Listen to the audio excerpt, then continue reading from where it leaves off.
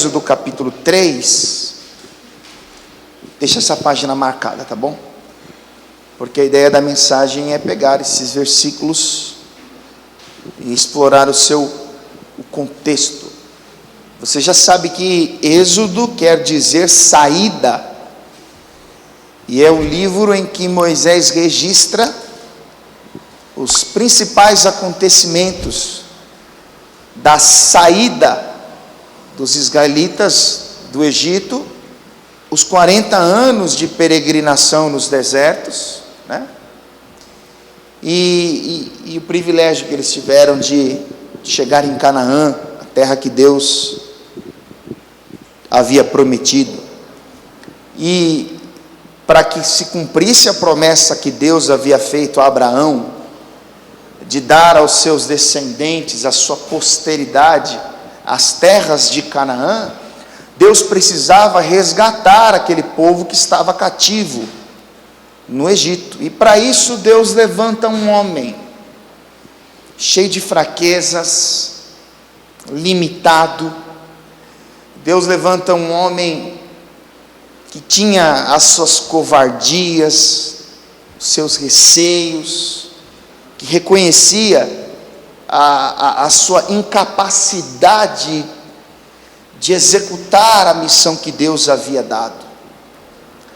E eu queria meditar neste capítulo 3 de Êxodo, como em alguns outros versículos de outros capítulos, a argumentação de Moisés.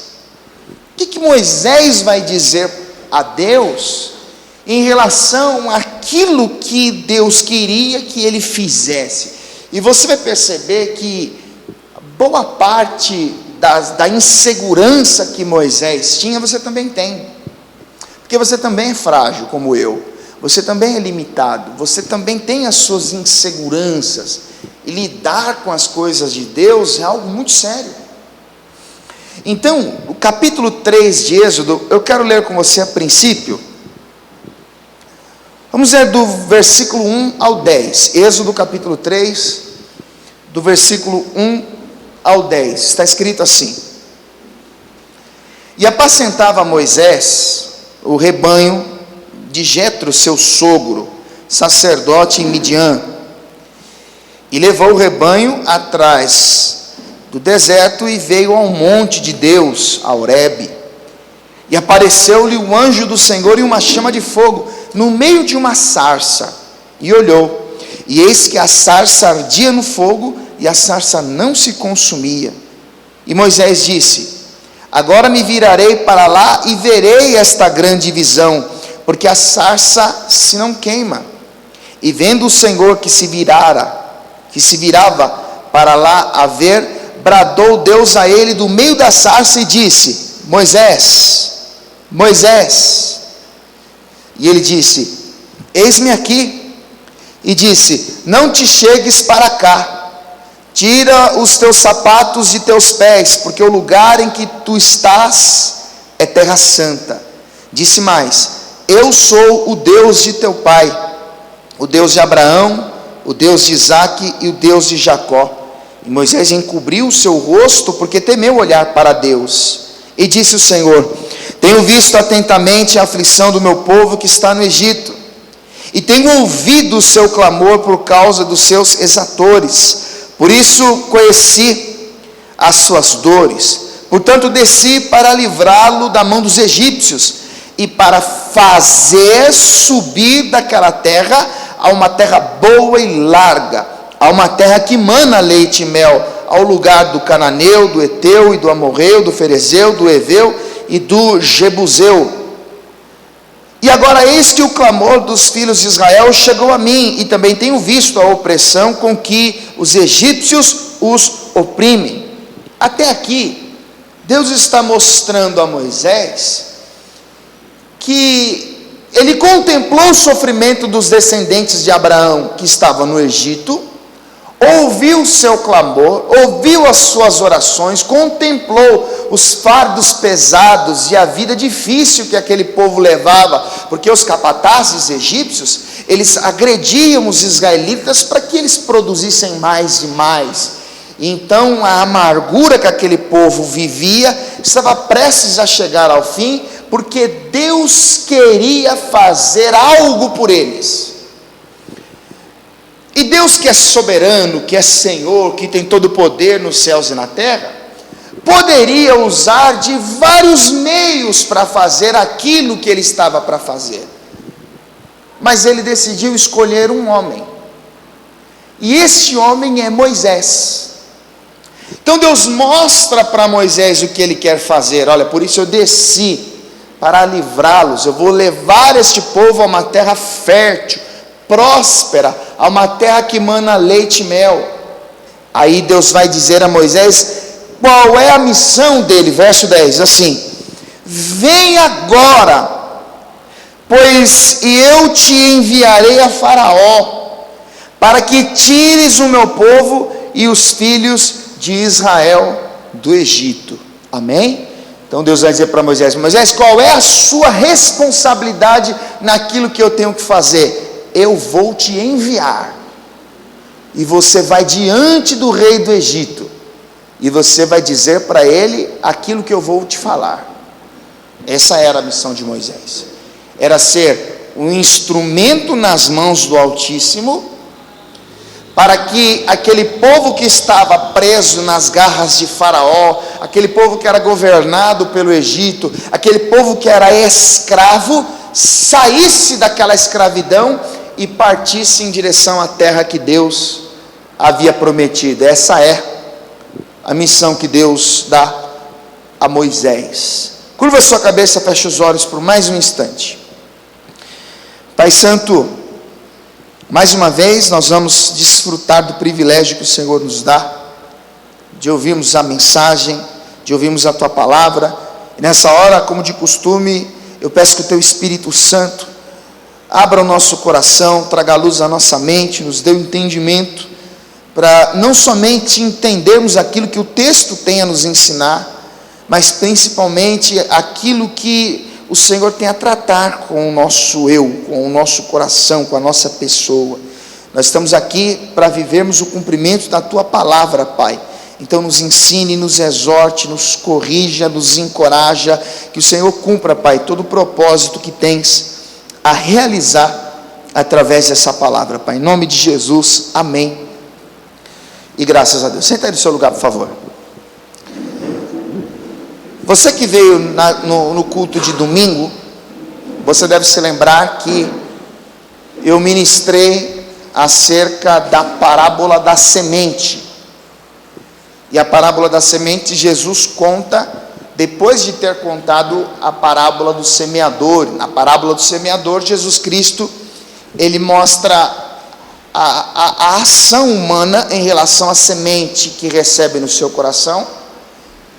E enquanto na parábola do semeador, a parábola da semente, melhor dizendo, o Senhor dá ênfase na soberania de Deus. E Ele conta a parábola da semente para encorajar os discípulos, porque o sentido da parábola da semente é que o semeador lança a semente à terra. E Jesus conta que, não sabendo ele como, aquela semente brotou e produziu fruto. A ideia de Jesus é mostrar que aqueles que foram chamados, os seus discípulos, eles têm a missão de lançar sementes, de semear. Agora, quem dá o crescimento, quem se responsabiliza por aquela semente brotar e produzir os seus frutos é Deus, não é o homem.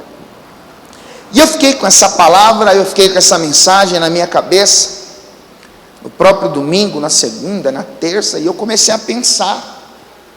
Pois essa é a missão que Deus me deu, de semear a palavra, de pregar o Evangelho.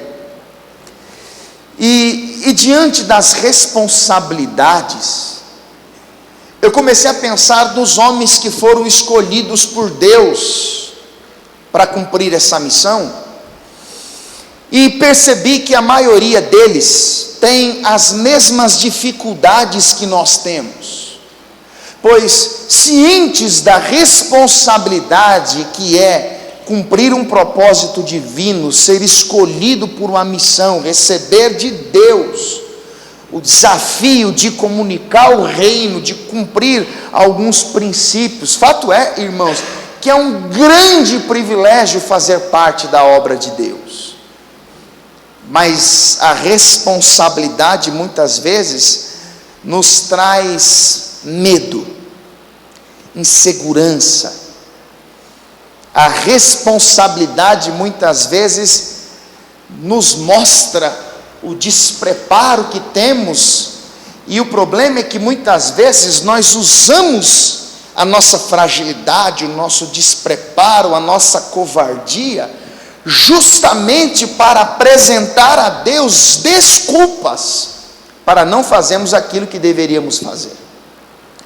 Então, eu comecei a pesquisar alguns textos que são conhecidos nossos, e eu me lembrei da história de Israel, quando em Juízes capítulo de número 6, o povo, quando chegava o período da colheita, onde eles iam tirar da terra a sua novidade, o resultado do seu trabalho, vinham os midianitas, vinham os amalequitas, os beduínos vinham do Oriente como gafanhotos, e eles destruíam a lavoura.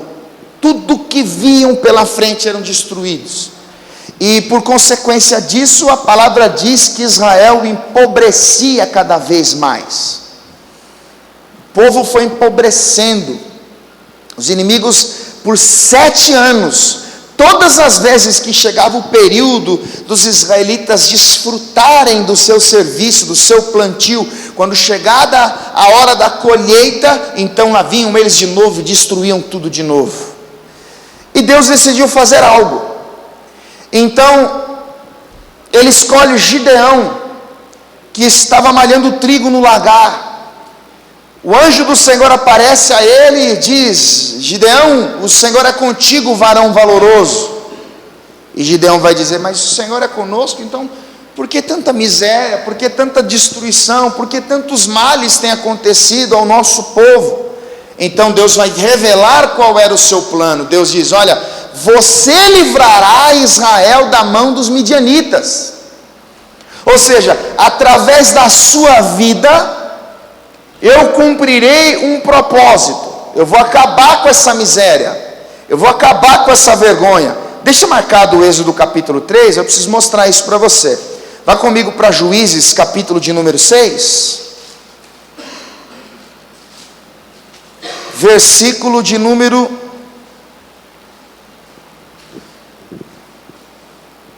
15. Olha a reação de Gideão.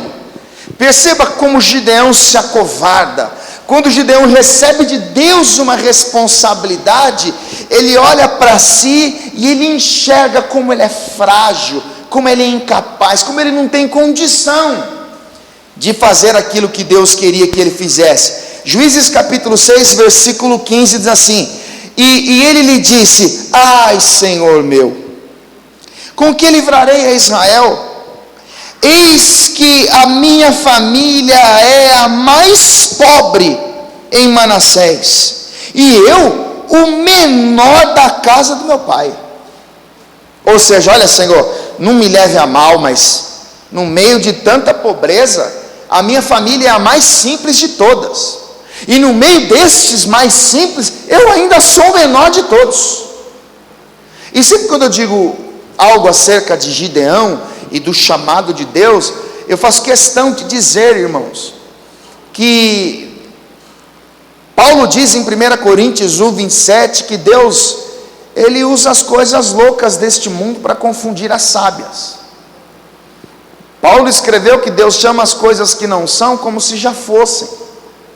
Então, para cumprir seus propósitos, muitas vezes Deus chama justamente aqueles que estão em condições desfavoráveis, para que fique bem claro que o poder não é do homem, mas de Deus.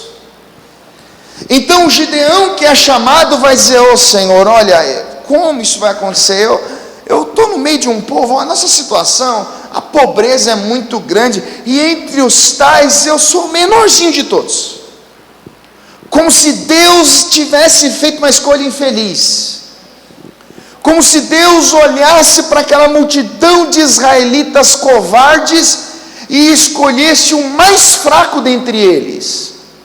Mas aí Deus vai mostrar para Gideão, no versículo de número 16, o seguinte: e o Senhor lhe disse: porquanto eu hei de ser contigo, tu ferirás os midianitas como se fossem um só homem. Aí no versículo de número 34 diz assim: então o Espírito do Senhor revestiu a Gideão, o qual tocou a buzina, e as abiesritas se ajuntaram após ele. Quer dizer, o mesmo Deus que escolheu o mais pobre, sendo ele o menor de todos, deu uma garantia: qual? Eu vou ser com você. E o mesmo Deus, no verso 34, se apoderou de Gideão. Isso é, Deus deu a ele poderes que até então ele não tinha. Eu estou dizendo isso para você só para que você já vai se acostumando com a ideia de que Deus não erra nas suas escolhas. E eu quero mostrar para você através disso que Gideão sente o peso da responsabilidade. Gideão olha para si diante daquele grande desafio que Deus havia dado e vai dizer: olha, eu sou pobre e o menor de todos.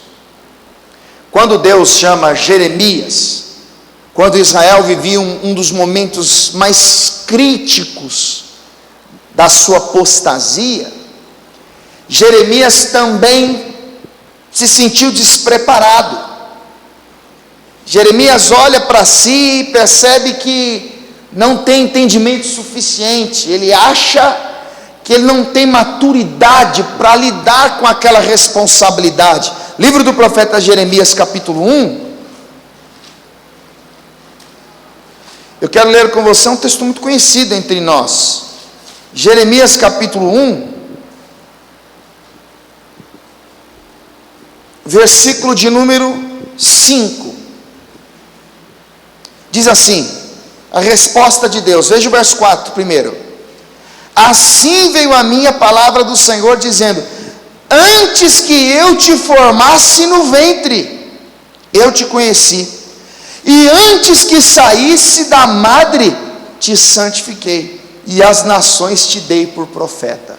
O que Deus está dizendo para Jeremias? Jeremias, o seu corpo ainda não estava formado, eu já sabia quem você é. Você ainda não havia sido gerado, e eu já havia consagrado você para um propósito. Por isso que eu sempre digo que primeiro nasce o propósito, depois nasce o homem que fará parte dele. Então Deus está dizendo para Jeremias, porque Jeremias é um homem que se sente despreparado. Por isso que no versículo de número 6 ele diz assim: então disse eu: ah, Senhor Yahvé, eis que não sei falar, porque sou uma criança. Senhor, olha, eu não sei falar, eu não tenho maturidade, eu não tenho entendimento, eu acho que não daria certo. Jeremias, com suas palavras, ele está mostrando para Deus que talvez ele não seja a pessoa ideal para aquela missão. Talvez ele não tenha os recursos espirituais necessários para ir diante da nação clamar contra o pecado dela. Então, assim como Deus fez com Gideão, Deus vai fazer com Jeremias. Observe o versículo 7. Mas o Senhor me disse: não digas, eu sou uma criança, porque aonde quer que eu te enviar, irás, e tudo quanto te mandar, dirás. Não temas diante deles, porque eu sou contigo para te livrar, diz o Senhor. E estendeu o Senhor a mão, tocou-me na boca e disse-me o Senhor: eis que ponho as minhas palavras na tua boca. Você lembra que Jesus contou a parábola dizendo que o semeador semeia, e aí ele dorme, acorda, o tempo passa e a semente brotou, não sabendo ele como? Jesus queria mostrar que a missão do discípulo, do profeta, do chamado, é semear. E o desenvolvimento, o brotar daquela semente, a erva que aparece, a espiga que aparece, o grão que depois nasce na espiga, é consequência do trabalhar divino, do agir divino. Por isso que Jeremias diz: olha, eu sou como uma criança, eu não sei falar. Deus diz: não diga isso, porque tudo que eu mandar, você vai falar, e eis que eu coloco as minhas palavras na tua boca. Ou seja, a sua missão é falar. Mas observe como Jeremias age como Gideão. Ele se sente incapaz, imaturo, despreparado. Agora deixa eu dizer uma coisa importante para você. O mesmo Deus que chama é o Deus que trata. Deus não está procurando pessoas preparadas. Deus não está à procura dos mais poderosos, dos mais inteligentes. Deus não está procurando as pessoas capacitadas. Não, Ele escolhe quem Ele quer e trata aquele a quem Ele escolheu da maneira como Ele quer. Olha para o profeta Isaías, o maior de todos os profetas messiânicos. O capítulo 6 diz que ele tem uma visão, e naquela visão ele vê um alto e sublime trono, e então ele vê os serafins, e com o coração cheio de temor, ele olha para si e diz: ai de mim que vou perecendo, porque eu sou um homem de lábios impuros. Isaías capítulo 6, vai comigo até lá. Isaías capítulo de número 6. Eu quero ler com você o versículo de número 5.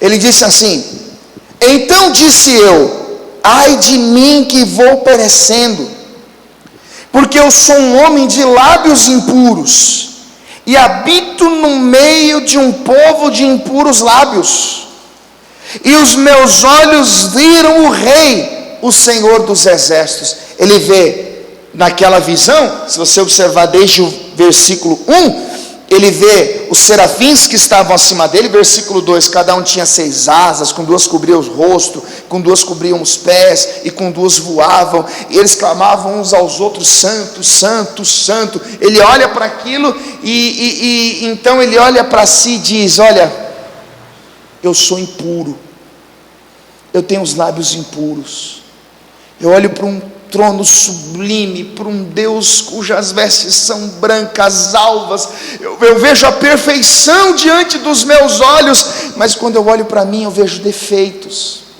eu vejo falhas. Ai de mim que estou perdido, porque eu tenho os lábios impuros, eu habito no meio de um povo de impuros lábios. Agora olha o que Deus vai fazer, versículo 6.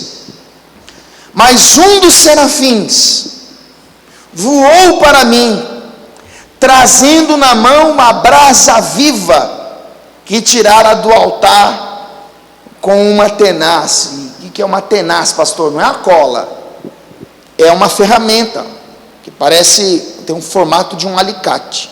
Então o anjo pega uma brasa viva do altar, e veja o verso 7, que coisa linda: e com ela tocou a minha boca. Qual era o problema de Isaías? Lábios impuros. O que Isaías faz quando ele contempla a magnitude, a beleza do Altíssimo naquela visão? Ele reconhece o seu pecado e o confessa. Então, o que é que Deus faz? Deus começa a tratar Isaías conforme a sua impureza.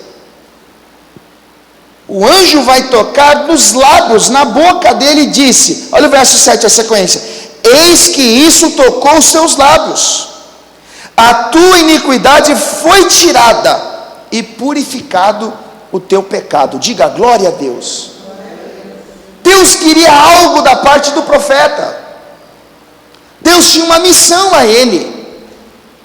Eu disse a você que Isaías foi o profeta que mais profetizou acerca do Messias que haveria de vir 700 anos depois. Mas olha como é que Deus o trata. Deus dá uma visão. Olha como eu sou grande, olha como eu sou puro. Contempla a minha sabedoria, veja os anjos me adorando. Agora olha para você, impurezas, sujeira. Confessa. Então Deus vai lá e toca, trata. A tua iniquidade foi tirada, purificado foi do seu pecado. O que vai acontecer em seguida? Versículo de número 8. Depois disso, ouvi a voz do Senhor, que dizia: a quem enviarei? E quem há de ir por nós? Então disse eu: eis-me aqui, envia-me a mim.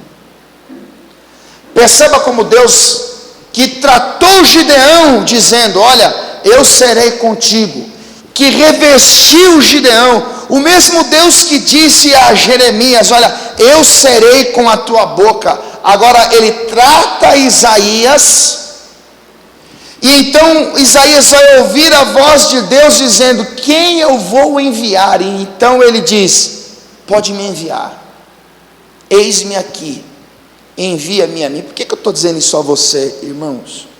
Porque eu acredito de verdade que todos os escolhidos de Deus têm uma missão.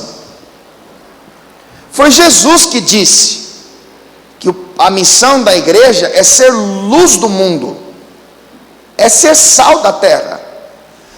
E uma vez que ele tocou os nossos lábios, uma vez que Deus nos trata de acordo com o seu querer, com a sua vontade, quando ouvimos a sua palavra, a revolução que acontece no nosso interior,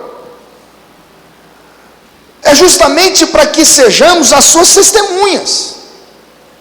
O papel da igreja, a missão da igreja, é a mesma missão de Gideão, é a mesma missão de Jeremias, é a mesma missão de Isaías, e é exatamente a mesma missão que Deus deu a Moisés.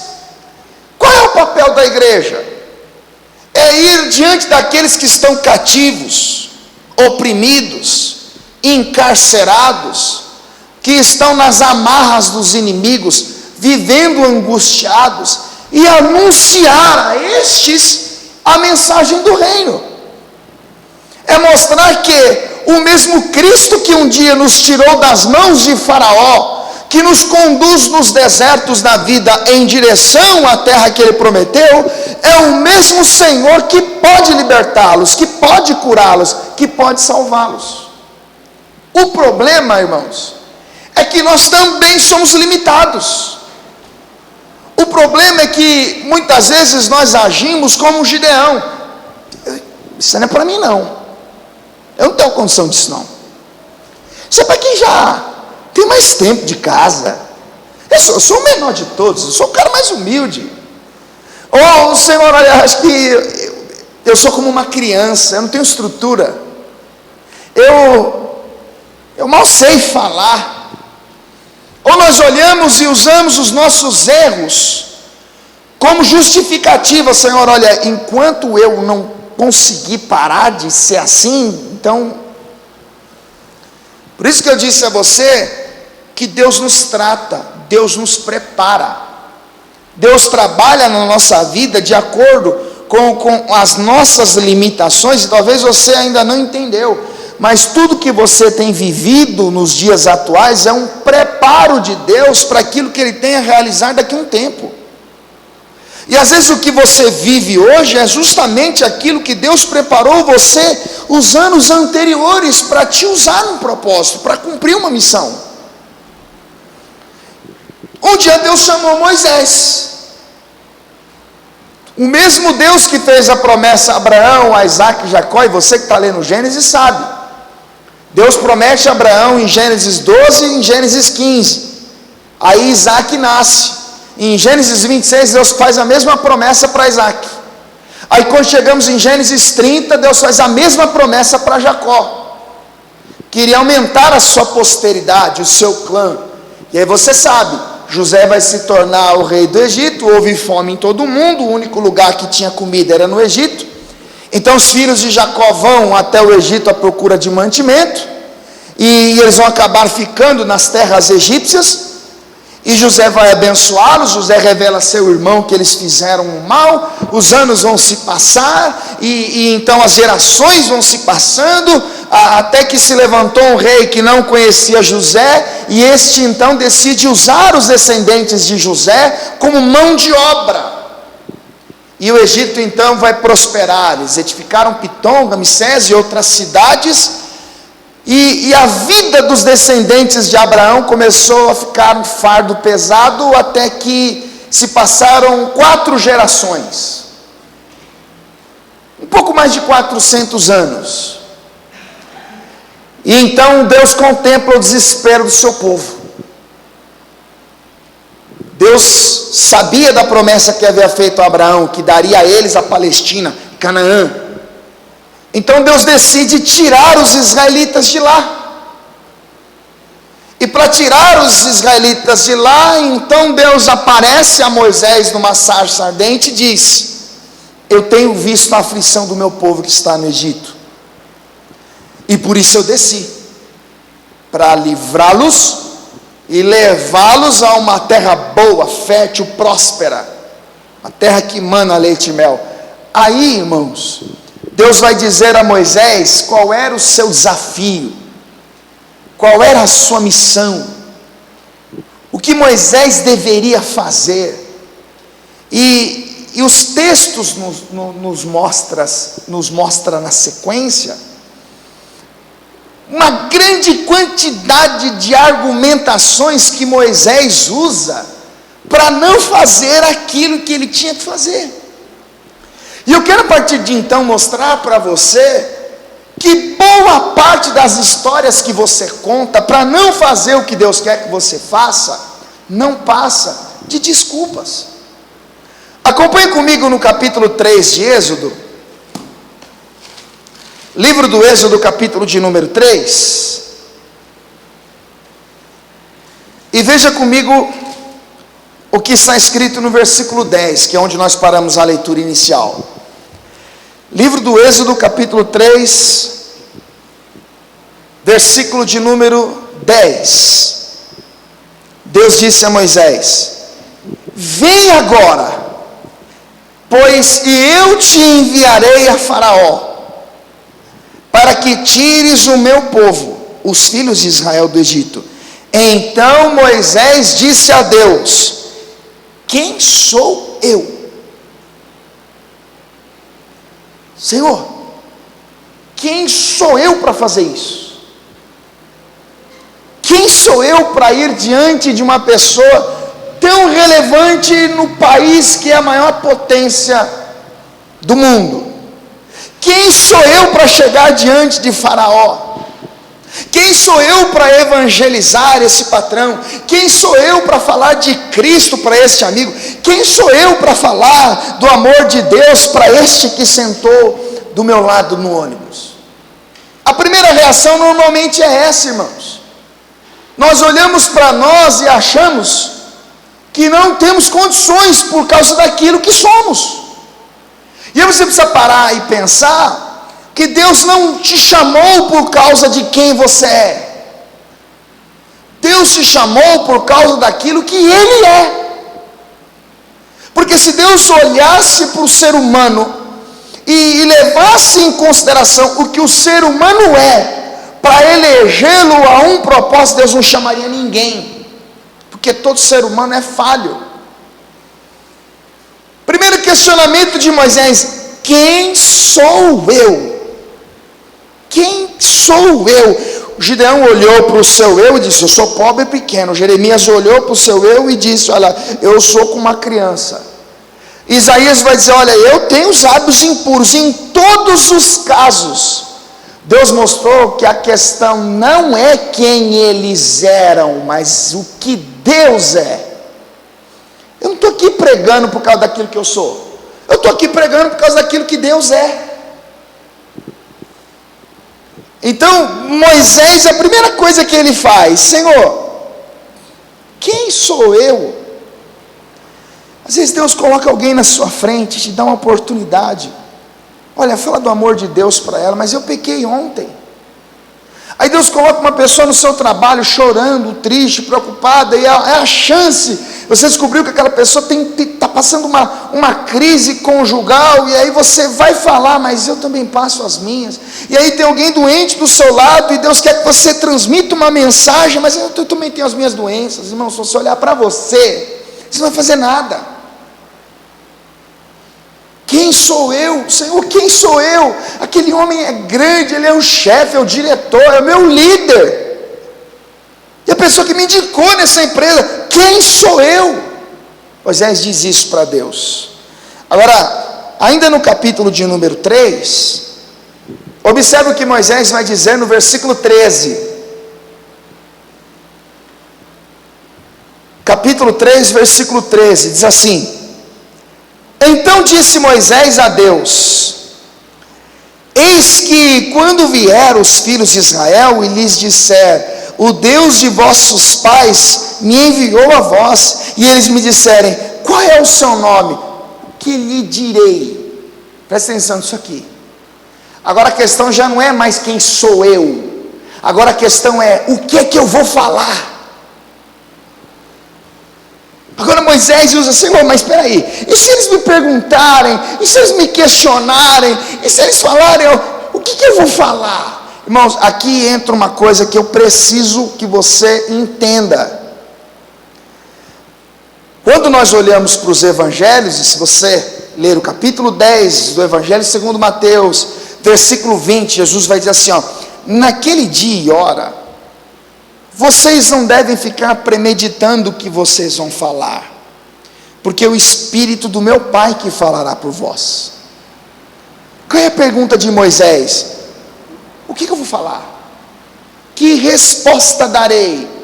Irmãos, todos nós que conhecemos a Cristo, que temos a ciência da sua palavra, que fomos libertos pelo conhecimento da verdade, que entendemos que a palavra dá luz e entendimento, que entendemos que o homem não vive só do pão, mas que ele vive da palavra que sai da boca de Deus, é o nosso dever.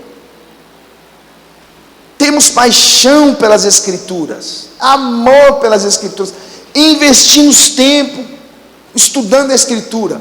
Irmãos, isso é uma coisa que a nossa natureza odeia. Não é algo que nós vamos, não vejo a hora de chegar em casa para estudar a palavra, não vejo a hora porque quando eu vou chegar eu vou ler, vou gritar, nada, mas é algo necessário, porque é um dos maiores confrontos que nós fazemos à nossa natureza, é exatamente contrariá-la, estudando a palavra de Deus, porque todas as vezes em que a oportunidade aparecer, nós não vamos ficar premeditando o que nós vamos falar. O Espírito Santo, irmão, acredita nisso, o Espírito Santo nos fará lembrar daquilo que é necessário falar, porque o próprio Jesus disse que o que há em abundância no coração, fala a boca. Se você enche o seu coração das coisas de Deus, você nunca vai ficar sem ter o que falar. Moisés, ele vai dizer, Senhor, o que eu vou falar? Então a primeira argumentação dele, quem sou eu? A segunda argumentação dele, e o que eu vou falar? Moisés não foi chamado para falar o que ele queria, ele foi chamado para transmitir uma mensagem de Deus. Por isso que, irmãos, convenhamos, modéstia à parte, as pessoas que são membros da igreja que eu sou pastor, mal conhecem a minha vida, pois o altar não é um meio de publicar a minha vida. Eu invisto o período de tempo da pregação falando aquilo que o Senhor quer que eu fale, porque a fé não vem pelo ouvir a minha palavra, mas vem por ouvir a palavra de Deus. E muitas vezes você não tem o que falar, irmão, justamente por falta de intimidade com Deus através da sua palavra. E o camarada que é chamado por Deus verdadeiramente, ele briga com ele mesmo para investir o seu tempo em estudar a Bíblia. Não estou falando isso porque eu sou pastor não, irmãos. Às vezes você chega no irmão com 30, 40 anos de igreja, ele não sabe o que falar. Essa é uma das argumentações de Moisés. Que lhes direi? Agora vai comigo para o capítulo 4. Versículo de número 1. Então respondeu Moisés e disse: mas eis que não me crerão, nem ouvirão minha voz. Olha o argumento de Moisés. Primeiro, quem sou eu? Segundo, o que eu vou falar? Terceiro, quem vai acreditar em mim? Não vão acreditar em mim, não me crerão. Ninguém vai me dar crédito. Ninguém vai acreditar no que eu estou falando. Você lembra de Isaías capítulo 53? Nos primeiros versículos, quem deu crédito à nossa pregação? Irmãos, Deus não nos chamou para sermos aprovados pelos homens, naquilo que nós falamos. Eu não prego para que você me aprove. O mínimo que você deve fazer na sua reação é crer, mas se você não crer, eu vou pregar do mesmo jeito. Olha a preocupação de Moisés: quem vai acreditar em mim? Quem dará crédito àquilo que eu falo? E muitas vezes a ideia de que não vão acreditar nos impulsiona a ficar em silêncio. Eu vou falar para quê? Isso nem adianta. Você anda com terço, tem a imagem em casa, isso aí vai na novena, isso aí vai. Para que eu vou falar? E muitas vezes nós temos uma percepção errada, uma visão equivocada das coisas. E a religiosidade, a descrença, a impiedade do ouvinte, muitas vezes nos faz pensar: nem adianta falar, porque isso aí não tem jeito, irmãos. E se ele for o escolhido que Deus quer resgatar? Entendeu? Olha a ideia de Moisés: não vão acreditar em mim. Ele nem tinha falado, ele nem tinha pregado. Às vezes você não sabe, mas exatamente o bambambam da empresa é o cara que manda, o soberbão que não dá atenção para ninguém, que acha que está acima de tudo, e você olha para ele e diz: esse cara aí nem adianta falar, porque esse aí é rude, rebelde. Não, mas às vezes a palavra é justamente o coração dele. Deus não está mandando Moisés diante de alguém que é pequeno no Egito, mas diante do rei. Mas olha o que ele diz: não vão acreditar em mim. Agora vai comigo para o capítulo 4 e versículo 10. Mais uma desculpa de Moisés. Então disse Moisés ao Senhor: Senhor, eu não sou homem eloquente, nem de ontem, nem de anteontem, nem ainda desde que tens falado ao teu servo, porque sou pesado de boca, pesado de língua. O que é um homem eloquente? Um homem convincente, que tem o poder de persuadir. Esse é o eloquente. Moisés está dizendo: Senhor, eu não vou convencer ninguém com o meu discurso. Eu sou chucro, eu sou pesado de línguas. Ninguém vai entender o que eu estou falando. Eu não tenho condição de persuadir ninguém. As pessoas vão me ouvir, vão ficar perguntando: o que foi? Não entendi. O argumento de Moisés agora é esse: Senhor, olha, eu não sei falar, eu gaguejo. Senhor, olha, eu posso até pregar, mas no altar eu não tenho condição. Moisés, ele usa um subterfúgio: eu não sou convincente, não sei falar. E não é esse o argumento que você usa? Quando você sabe que alguém precisa ouvir, quando você entende que Deus colocou alguém do seu lado, naquele emprego, naquela sessão, naquela sala, naquele momento, e o seu coração arde, mas aí você começa a pensar: mas logo eu? Aí você começa a pensar: mas eu não sei falar. Aí você começa a pensar: eu não sou eloquente. E você começa a pensar: o que eu vou falar?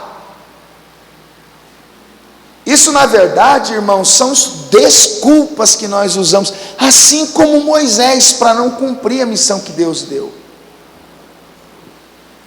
Moisés dizendo: eu não sou eloquente. Agora veja o absurdo, no versículo de número 12 não, no 13, mas vamos ler o 12 também. Olha o que Deus vai dizer para Moisés: Vai, pois, agora, e eu serei com a sua boca, e te ensinarei o que has de falar. Qual era o problema de Moisés?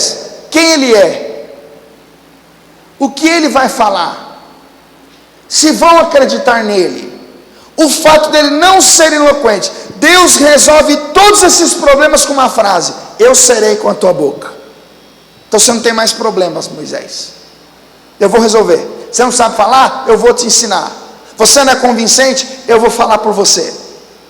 Ah, quem eu sou? Não, ninguém quer saber quem você é. As pessoas precisam saber quem eu sou. Aí sabe o que Moisés vai fazer? Versículo de número 13. Ele, porém, disse: ah, Senhor, envia por mão daquele a quem tu has de enviar. Em outras palavras, Moisés vai dizer: Senhor, manda outra pessoa. Manda outro. Se alguém tiver uma tradução um pouco mais atual, talvez a NVT, a NVI, a ideia do texto é: envia outro.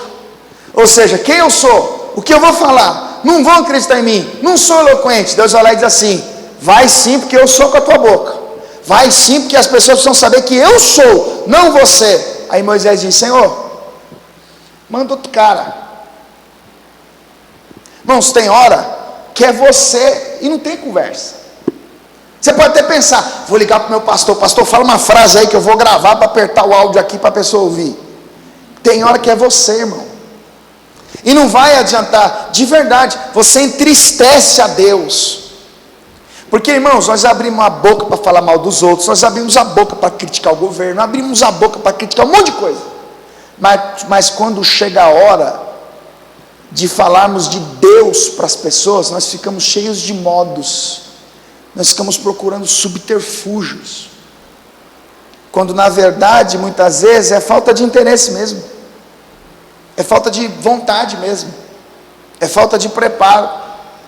Deus vai dizer: vai, pois, agora, e eu serei com a tua boca, e te ensinarei o que has de falar. Ele, porém, disse: ah, Senhor, envia por mão daquele a quem tu has de enviar. Ou seja, tem como o Senhor mandar outro no meu lugar? Você tem certeza que sou eu mesmo? E eu estou falando algo, irmãos, que é para todos nós, cara, todos nós. Não precisa ter teologia, ser um profundo conhecedor da Escritura para evangelizar, para falar do amor de Deus. Basta ser eleito, basta ser escolhido, basta ser regenerado, basta ser transformado. Deus tratou Gideão, Deus tratou Jeremias, Deus tratou Isaías, Deus está tratando Moisés. Por que Deus não pode tratar a mim e a você? Por que nós não podemos chegar para Deus e falar assim: Senhor, olha, o problema de Isaías eram os lábios impuros, mas o meu é os olhos. Você pode purificar os meus olhos? A minha impureza está no coração, eu tenho raiva, Senhor. Você pode purificar o meu coração? Porque Deus trata quem Ele chama. E todos nós aqui estamos sendo tratados, irmãos. Todos nós aqui temos as nossas imperfeições, e eu acredito piamente nisso. O Deus que chamou Moisés, Jeremias, Gideão, Isaías, Moisés e tantos outros, é o Deus que chama a igreja para cumprir uma missão. E às vezes, irmãos, como eu costumo dizer, a nossa missão não é ganhar o país, mas se cada um aqui evangelizar uma pessoa e este vier a acreditar, este que creu pode fazer com que outros creiam, e assim o evangelho vai sendo propagado. Qual é o resultado disso? Os cativos serão libertos, os que estão em trevas virão para a luz, os perdidos serão salvos, e o reino de Deus vai se expandindo.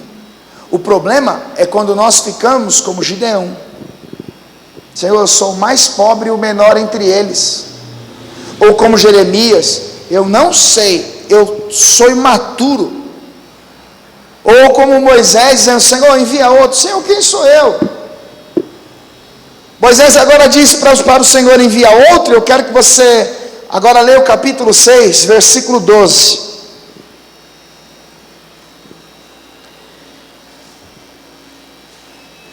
Moisés, porém, falou perante o Senhor, dizendo: eis que os filhos de Israel me não têm ouvido, como pois me ouvirá Faraó?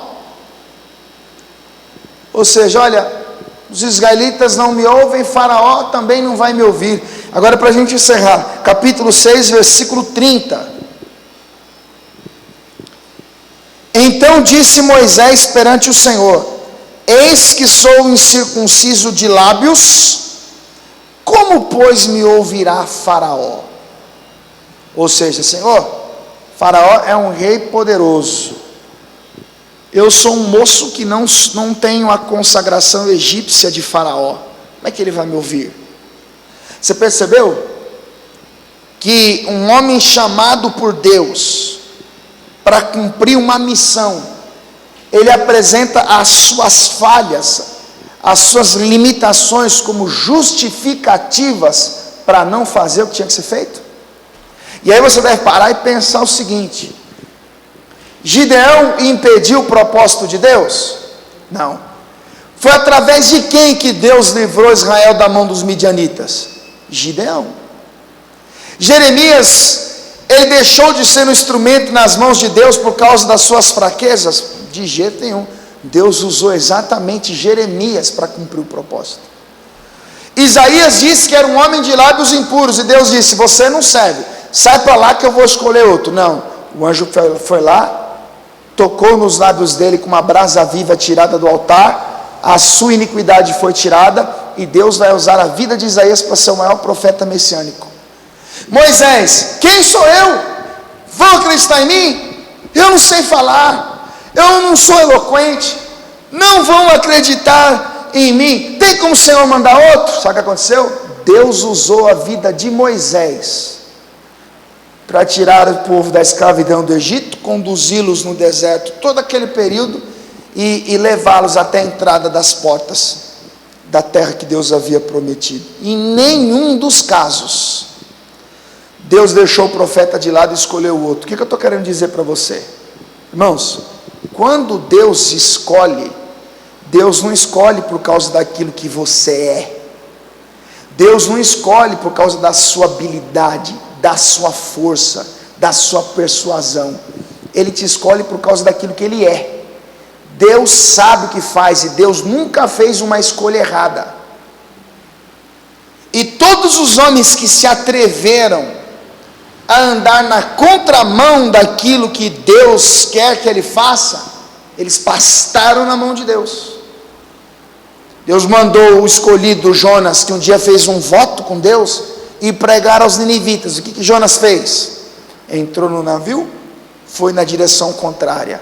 Deus levantou um vento tempestuoso, as ondas do mar ficaram agitadas, e o barco começou a ser açoitado de um lado para o outro. Houve pânico naquela embarcação, até que os marinheiros lançaram Jonas para fora, e quando Jonas foi lançado para fora do barco, a tempestade cessou, e Jonas foi parar no ventre de um grande peixe.